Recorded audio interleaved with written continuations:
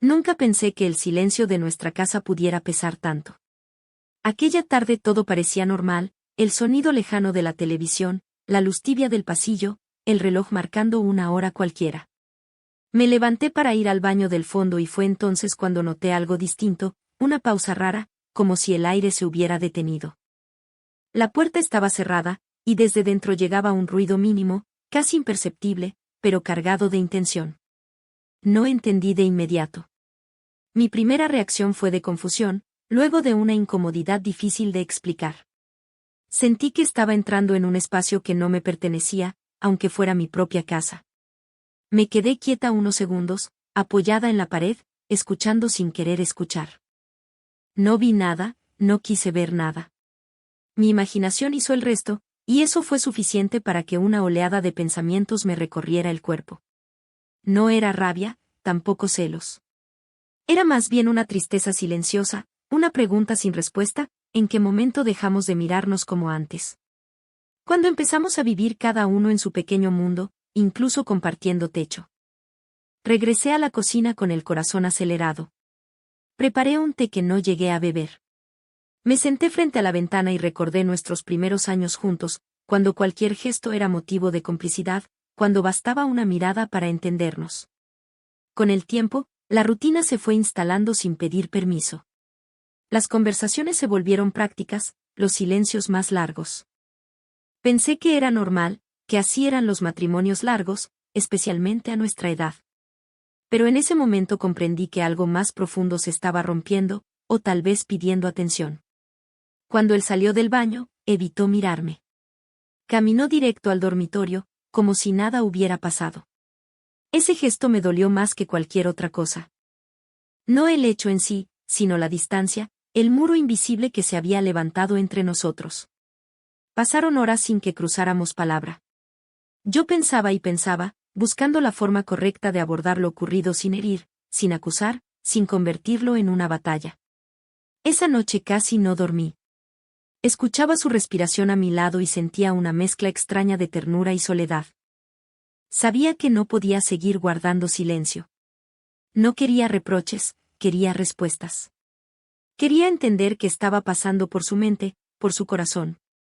Al amanecer tomé una decisión, hablaría con él, con calma, con la serenidad que dan los años y las experiencias vividas.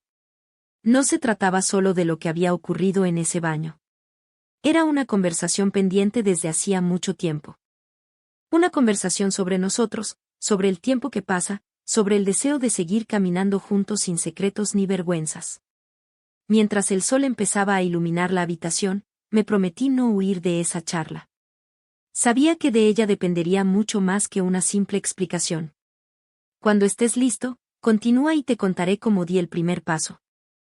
Pasaron 2 días antes de que reuniera el valor suficiente. No porque tuviera miedo de él, sino porque temía lo que podía descubrir. En esos días lo observé con más atención que nunca. Sus gestos eran los mismos de siempre, pero algo en su mirada parecía apagado, como si cargara un cansancio que no sabía cómo expresar. Yo seguía con mis rutinas, pero por dentro todo estaba en movimiento, como un río que busca salida. Elegí un momento tranquilo, después de la cena, cuando la casa estaba en silencio y no había distracciones. Me senté frente a él, con las manos entrelazadas, y respiré hondo. No quería empezar desde el reproche, sino desde la cercanía que alguna vez nos unió. Le dije que necesitaba hablar, que no era una acusación, sino una preocupación nacida del amor y de los años compartidos. Él bajó la mirada, como si ya supiera de qué se trataba. Las palabras salieron despacio, cuidadosas. Le expliqué que había notado algo que me había hecho pensar, no solo en ese momento concreto, sino en nosotros como pareja. Le hablé de la distancia que sentía, de los silencios que se habían vuelto habituales, de la sensación de que compartíamos espacio pero no intimidad emocional. No mencioné detalles, no hacía falta. Bastaba con decir que me había dolido sentirme fuera de su mundo. Hubo un largo silencio. Pensé que no respondería, que se levantaría y se iría a otra habitación. Pero no lo hizo. Sus hombros se relajaron y, por primera vez en mucho tiempo, me miró directamente a los ojos. En esa mirada vi vergüenza, sí, pero también alivio. Como si alguien por fin hubiera puesto palabras a algo que él mismo no sabía cómo expresar. Me habló de su inseguridad, de cómo el paso del tiempo le había hecho dudar de sí mismo, de su cuerpo, de su lugar a mi lado. Me confesó que muchas veces había sentido que yo ya no lo miraba como antes, que no quería cargarme con sus miedos ni parecer débil. Escucharlo fue como abrir una puerta que llevaba años cerrada. Comprendí que no estaba sola en mi sensación de distancia, ambos la habitábamos desde lados distintos. No lloramos, pero la emoción estaba presente en cada frase.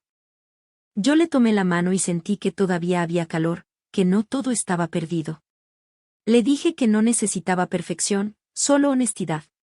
Que prefería una conversación incómoda a un silencio cómodo pero vacío. Hablamos durante horas, recordando momentos, reconociendo errores, aceptando que el amor también cambia de forma con los años.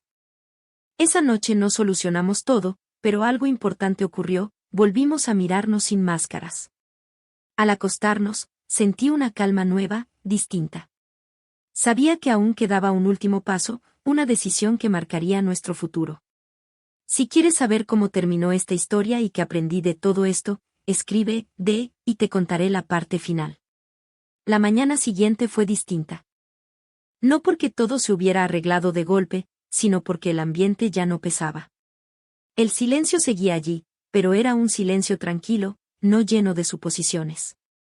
Desayunamos juntos, sin prisas, como hacía tiempo no lo hacíamos. Observé cómo sostenía la taza, cómo evitaba mirarme por costumbre y luego, poco a poco, se atrevía a hacerlo. En esos pequeños gestos entendí que la conversación de la noche anterior había abierto algo profundo. Decidimos salir a caminar. El aire fresco nos acompañó mientras avanzábamos despacio, al ritmo que marcan los años. Hablamos de cosas simples, de recuerdos, de anécdotas que nos hicieron sonreír. En un banco del parque, sin dramatismos, retomamos el tema que había quedado suspendido. No para volver a la incomodidad, sino para cerrar el círculo. Le dije que lo que había visto no me había hecho sentir rechazo, sino preocupación. Que mi mayor miedo no era ese momento aislado, sino perder la conexión que tanto nos había costado construir. Él asintió en silencio. Me dijo que había pasado mucho tiempo tratando de demostrar fortaleza, cuando en realidad necesitaba compañía.